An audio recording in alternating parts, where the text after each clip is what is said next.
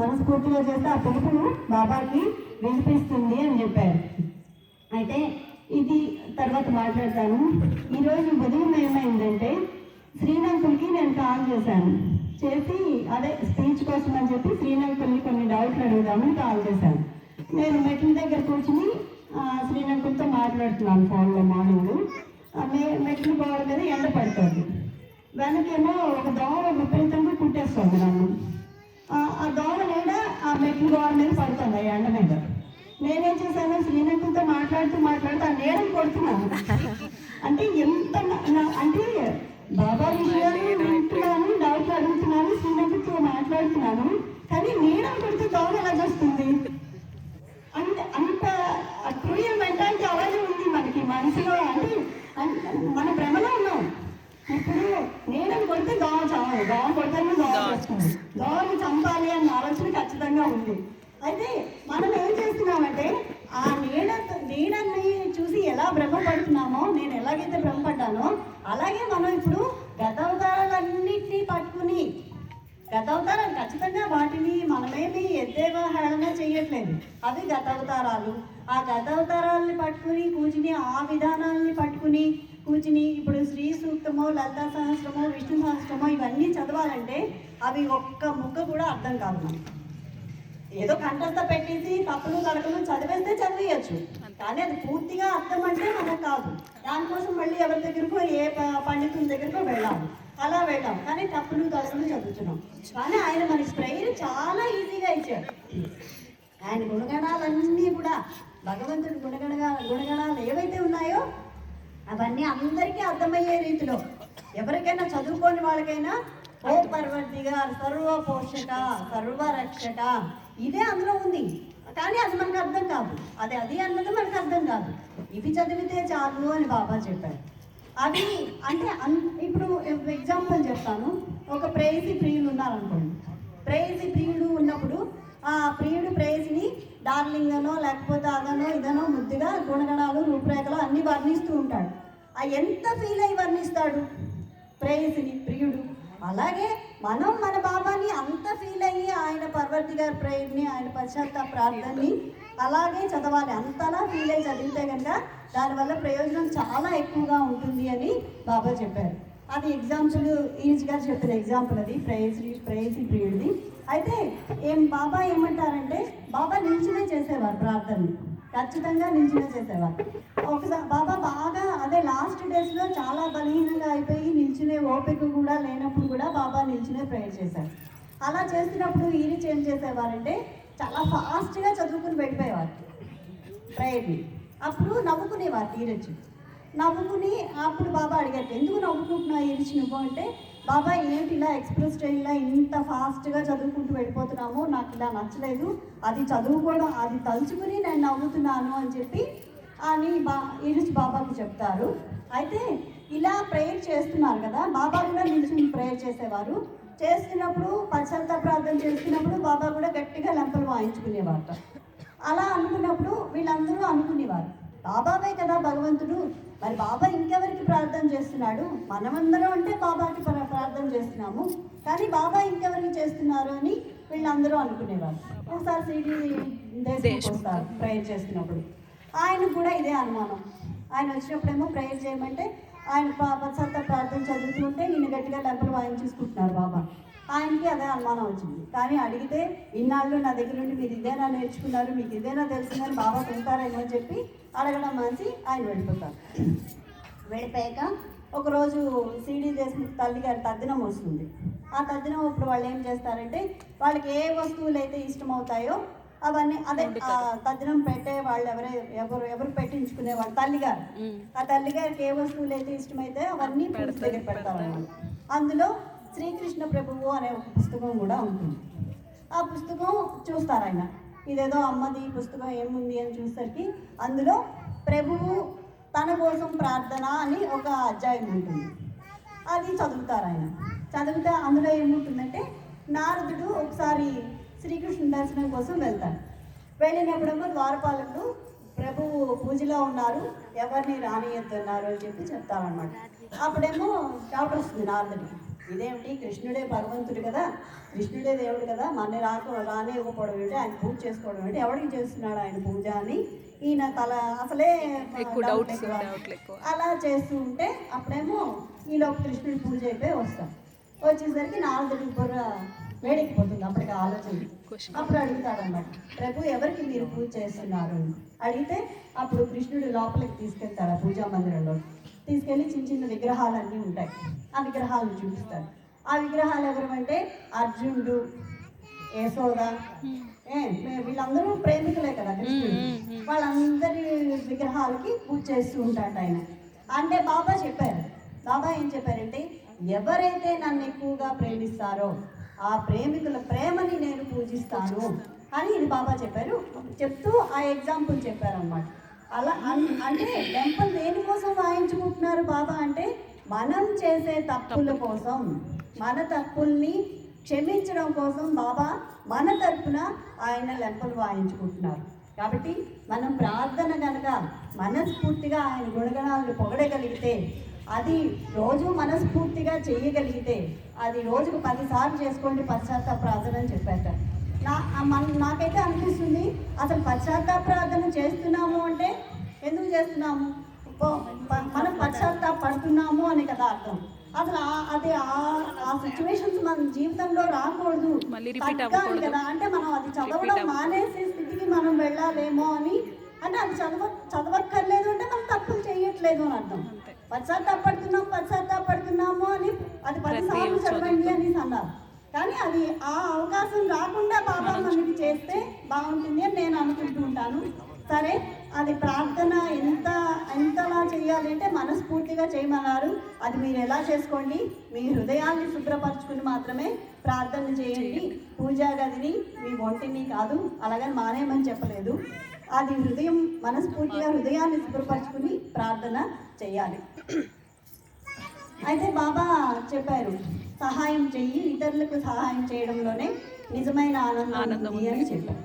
ఆ సహాయం ఎలా చెయ్యాలి అంటే, నేను చేస్తున్నాను అనే భావనతో కనుక మనం సహాయం చేస్తే ఆ సహాయం వల్ల వాళ్ళు అంటే ఆ క్షణం వాళ్ళకి ఏదో అందచ్చు, హెల్ప్ అందచ్చు, కానీ దానివల్ల మనకేమీ ఆధ్యాత్మికంగా లబ్ధి అనేది ఏమీ ఉండదు. అయితే ప్రార్థన కోసం చిన్న ఇన్సిడెంట్ ఏం కాదు, ఈజీగా అన్ని అంటే బాబా సమాధి దగ్గర నిశ్శబ్దంగా ఉండాలి అని అని ఉంటుంది కదా, రాసి ఉంటుంది ఎక్కడ పడితే అక్కడే. అయితే కొంతమంది బాబా ప్రేమికులేమో ఈజీ దగ్గరికి వెళ్ళి బాబా వాళ్ళందరూ చాలా గొడవ పెడుతున్నారు, వాళ్ళందరూ గొడవ పెట్టడం వల్ల మాకు చాలా డిస్టర్బెన్స్గా ఉంది, మేము అసలు ధ్యానం చేయలేకపోతున్నాము అని ఈజీ కంప్లైంట్ ఇచ్చారు కొంతమంది ప్రేమికులు వెళ్ళి. అప్పుడేమో బాబా ఈరిచ్ అంటారు, మీ దృష్టి అంతా ఎక్కడ ఉంది, మీ దృష్టి మీరు ఎవరి మీద పెట్టాలి, మీ దృష్టి బాబా మీదే ఉంటే కనుక మీకు ఈ ధ్వనులేవి వినిపించవు. మీ దృష్టి వీటి మీద ఉంది కాబట్టి ఇవి వినిపిస్తున్నాయి. మీ దృష్టి బాబా మీద ఉంటే అక్కడ ఎంత గొడవ ఉన్నా, ఏ బాంబులు పేలినా మీకు ఆ శబ్దం వినిపించదు. కనుక ఏకాగ్రత, మీ దృష్టి అంతా బాబా మీదే ఉంచి అక్కడ ఏమైపోనండి మీరు పట్టించుకోవద్దు అని చెప్పి ఈరిచ్ గారు సమాధానం చెప్పారు. ఓకే, అయితే సహాయం చేయడం కోసం వద్దాం. సహాయం ఎలా చేయాలి అంటే, మనం చేస్తున్నాము అన్న ఫీలింగ్ లేకుండా చేయాలి. అది కురుక్షేత్రం యుద్ధం జరుగుతుంది. యుద్ధం జరిగాక వీళ్ళు పాండవులంతా చాలా పెద్ద యజ్ఞం చేస్తారు, చాలా పెద్ద యజ్ఞం. ఆ యజ్ఞం చేసినప్పుడేమో అందరికీ దానాలు ధర్మాలు చాలా విపరీతంగా చేస్తుంటారు. ఆ యజ్ఞం అవుతున్నంతసేపు కూడా అందరూ అదే చెప్పుకుంటారు, ఇది చాలా పెద్ద యజ్ఞం, చాలా గొప్పగా చేస్తున్నారు వీళ్ళు, ఎన్ని దానాలు చేస్తున్నారో, ఎన్ని ధర్మాలు చేస్తున్నారో అని అందరూ మాట్లాడుకుంటూ ఉంటారు. ఈ లోపల అక్కడ ఒక ముంగిస వస్తుంది, వచ్చి అక్కడ దొర్లుతూ ఉంటుంది. ఆ ముంగిస వచ్చి దొర్లుతూ ఉండి వాళ్ళ మాటలు వింటుంది. ముంగిస విని ఇది గొప్ప యజ్ఞం అని వాళ్ళు అనుకుంటే ఇదేం గొప్ప యజ్ఞం కాదు, ఇంతకన్నా ఇదేం గొప్ప యజ్ఞం కాదు అని. అలా అంటున్నావు, ఇన్ని దాన ధర్మాలు చేశారు కదా వాళ్ళు, ఇంత గొప్పగా చేస్తున్నారు, ఇంత గ్రాండ్గా చేస్తున్నారు, ఎందుకు కాదంటున్నావు నువ్వు అంటే అప్పుడు ముంగిస కథ చెప్తుంది. ఒక పేద బ్రాహ్మణుడు ఉంటాడు. ఆ బ్రాహ్మణ కుటుంబం భార్య, కొడుకు, కోడలు. వాళ్ళు ఏం చేస్తారంటే నలుగురు కూడా ఏ రోజు ఒకరోజు తిండికి ఉంటుంది, ఒకరోజు ఉండదు, అలా వాళ్ళు జీవనం సాగిస్తూ ఉంటారు. అయితే ఒకరోజు వాళ్ళకి అన్నం దొరుకుతుంది, 4 ప్లేట్లు దొరుకుతుంది. దొరికేసరికి వాళ్ళ ఇంటికి ఒక భిక్షగాడు వస్తాడు, ఒక సాధువో ఎవరో వస్తారు. వచ్చేసరికి ఆకలి అనగానే ఆ బ్రాహ్మణుడు తీసుకెళ్ళి ఆయన వాటాన్ని పెట్టేస్తాడు. పెట్టేసరికి నాకు ఆకలి తీరలేదు, అసలు నేను 4-5 రోజులైంది నేను భోజనం చేయలేదు అంటే అప్పుడు భార్య కూడా పెట్టేస్తుంది. తర్వాత కొడుకు పెట్టేస్తాడు, తర్వాత కోడలు పెట్టేస్తుంది. ఆ 4 భాగాలు అయిపోతాయి. ఆయన తినేసి నేను తృప్తిగా ఇప్పుడు తిన్నాను అని ఆయన వెళ్ళిపోతాడు.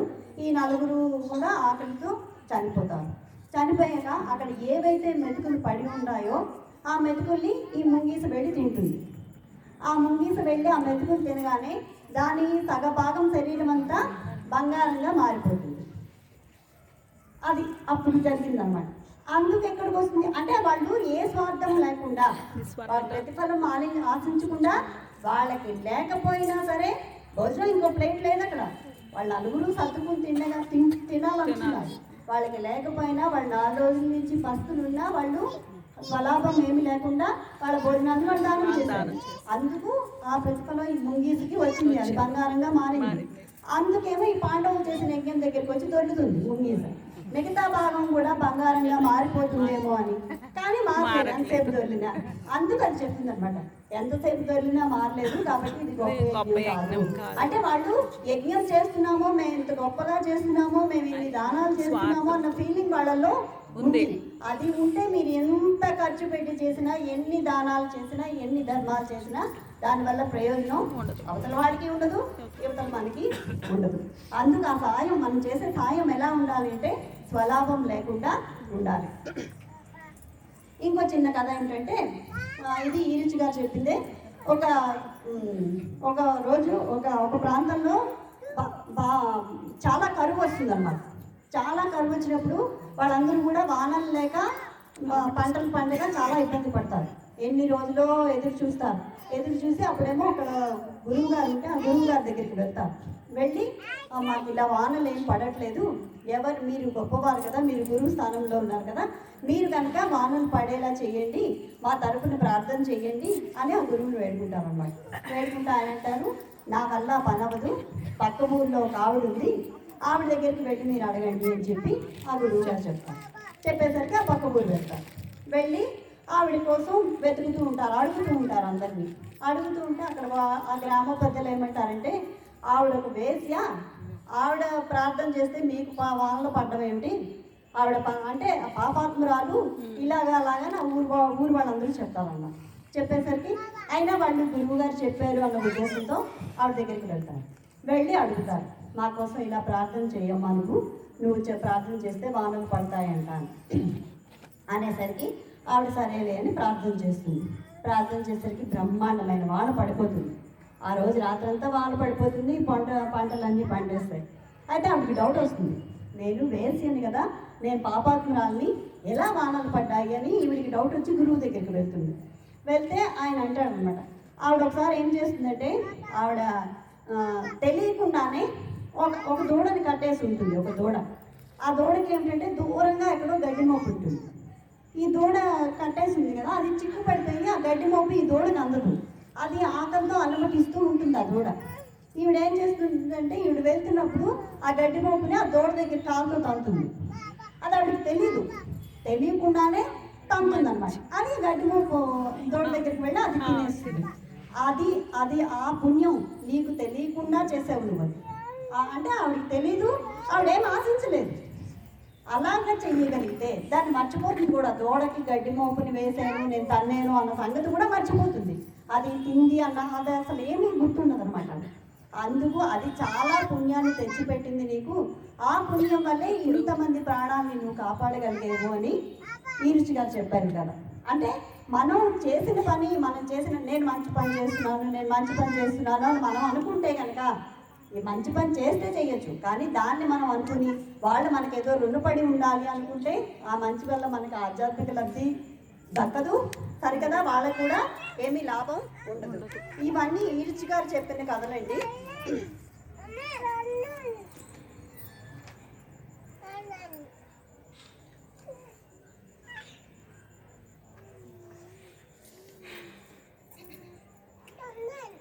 Papa, అయితే ఒకసారి అదే సహాయం కోసమే ఇది కూడా ఒకసారి ఒక అల్లాని ఎవరు మక్కా యాత్ర కోసం వెళ్తారు కొంతమంది. వాళ్ళు ఏంటంటే మక్కా యాత్ర ఆ రోజు ఒక రోజు ఏదో ప్రత్యేకమైన రోజు ఉంటుంది. మనం ఎలా 31st అమరతిథికి మనం ప్రత్యేకమైన రోజు అని మనం ఎలా వెళ్తున్నామో అలాగే మక్కా యాత్ర కూడా ఒక ప్రత్యేకమైన రోజు ఉంటుంది. ఆ రోజు కంపల్సరీ అక్కడ హాజరైతే కనుక వాళ్ళకి మంచి ఫలితం వస్తుంది అని ముస్లిమ్స్లో నమ్మకం ఉంటుంది. అలాగే ఒక గుంపు బయలుదేరుతారు. అందులో అందరూ పెద్దవాళ్ళు ధనవంతులు ఉంటారు, పేదవాళ్ళు ఉంటారు, ఒక పేదవాడు కూడా ఉంటాడు. అయితే ఈ గుంపు అంతా అలా వెళ్తూ ఉంటే అందులో ఒక గర్భిణి ఉంటుంది. ఆవిడికి సడన్గా నొప్పులు వస్తాయన్నమాట. ఆ సడన్గా నొప్పులు వచ్చినప్పుడేమో అందరూ వెళ్ళిపోతారు. ఆవిడ భర్త, ఆవిడ తండ్రి, తల్లి అందరూ కూడా ఆ రోజు మిస్ అయిపోతాము, ఆ రోజు దర్శనం ఇంత శ్రమపడి మనం వచ్చాము, ఆ దర్శనాన్ని మిస్ అయిపోతామని చెప్పి వాళ్ళందరూ ఆ గర్భిణిని అక్కడే వదిలేసి వెళ్ళిపోతారు అందరూ.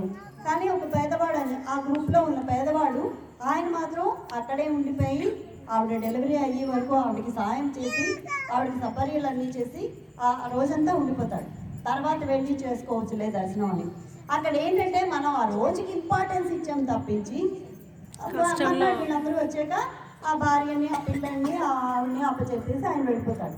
అప్పుడు మహమ్మద్ ప్రవక్త కోసం వచ్చినప్పుడు ఏమిటి వాళ్ళందరికీ పుణ్యం రాలేదు, ఈయనకొక్కడికే పుణ్యం వచ్చింది అని ఆ ముస్లిం మత పెద్ద ఎవరైతే ఉంటారో వాళ్ళు చెప్తారు. ఎందుకంటే వాళ్ళందరూ పుణ్యం వస్తుంది అన్న ఉద్దేశంతో ఆ రోజు ఖచ్చితంగా దర్శనం చేసుకోవాలి అని అక్కడికి వెళ్ళారు. కానీ ఇక్కడ మనిషికి సాయం అందించాల్సింది పోయి అందించకుండా వెళ్ళిపోయారు. కాబట్టి ఇతను అది ఎంత ఖర్చు అవని, ఏమవని, ఎన్ని శ్రమలు అవని, నేను వెళ్ళకపోయినా పర్వాలేదు, ఆ రోజుకి వెళ్ళకపోయినా పర్వాలేదు, నేను ఇక్కడే సాయంగా ఉంటాను ఈవిడికి అని చెప్పి సాయం చేశాను. కాబట్టి ఆ ప్రతిఫలం ఏదైతే ఉందో దానివల్ల ఆ దర్శించుకోవడం వల్ల వచ్చే ప్రతిఫలం అంతకన్నా ఎక్కువ ప్రతిఫలం ఈవిడికి సాయం చేయడం వల్ల ఆయనకి లభిస్తుంది అన్నమాట.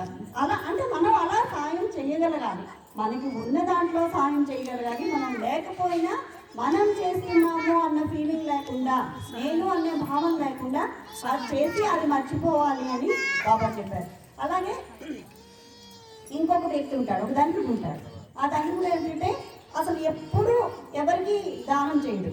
ఎవరైనా దానం కోసం ఆయన దగ్గరికి వెళ్తే కనుక కసరిస్తూ ఉంటాడు.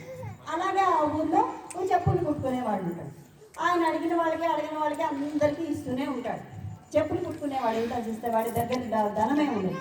ఈ ధనికుడి దగ్గర ఉన్నా సరే ఎవరు వచ్చినా సరే తిడుతూ ఉంటాడు.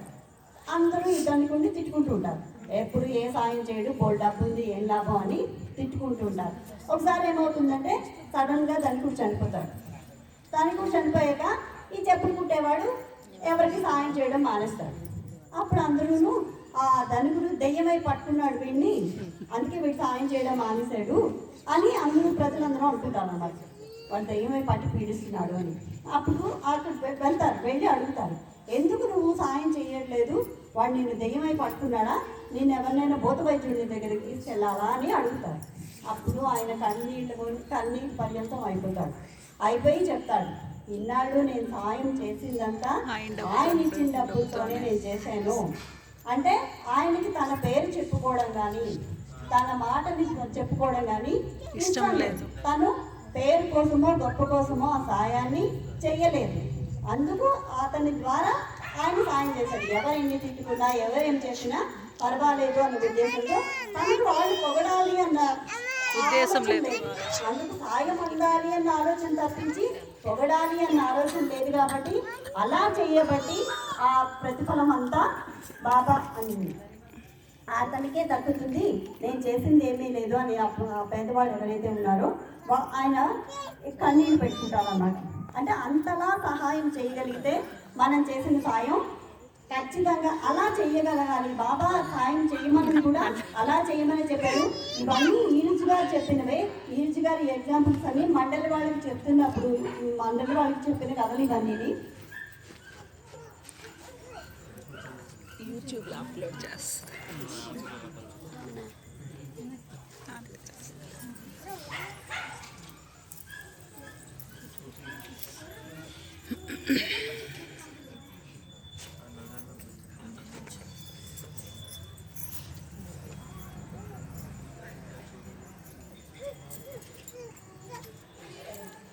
ఇక్కడ బాబా చెప్పినవి వర్డ్స్ ఇవి యాస్టీస్గా చదువుతున్నాను. ఎప్పుడైతే నువ్వు చేసిన మంచి పని మర్చిపోతావో, ప్రతిఫలం ఆశించకుండా, అప్పుడు నీకు ఆధ్యాత్మికంగా లబ్ధి లభిస్తుంది.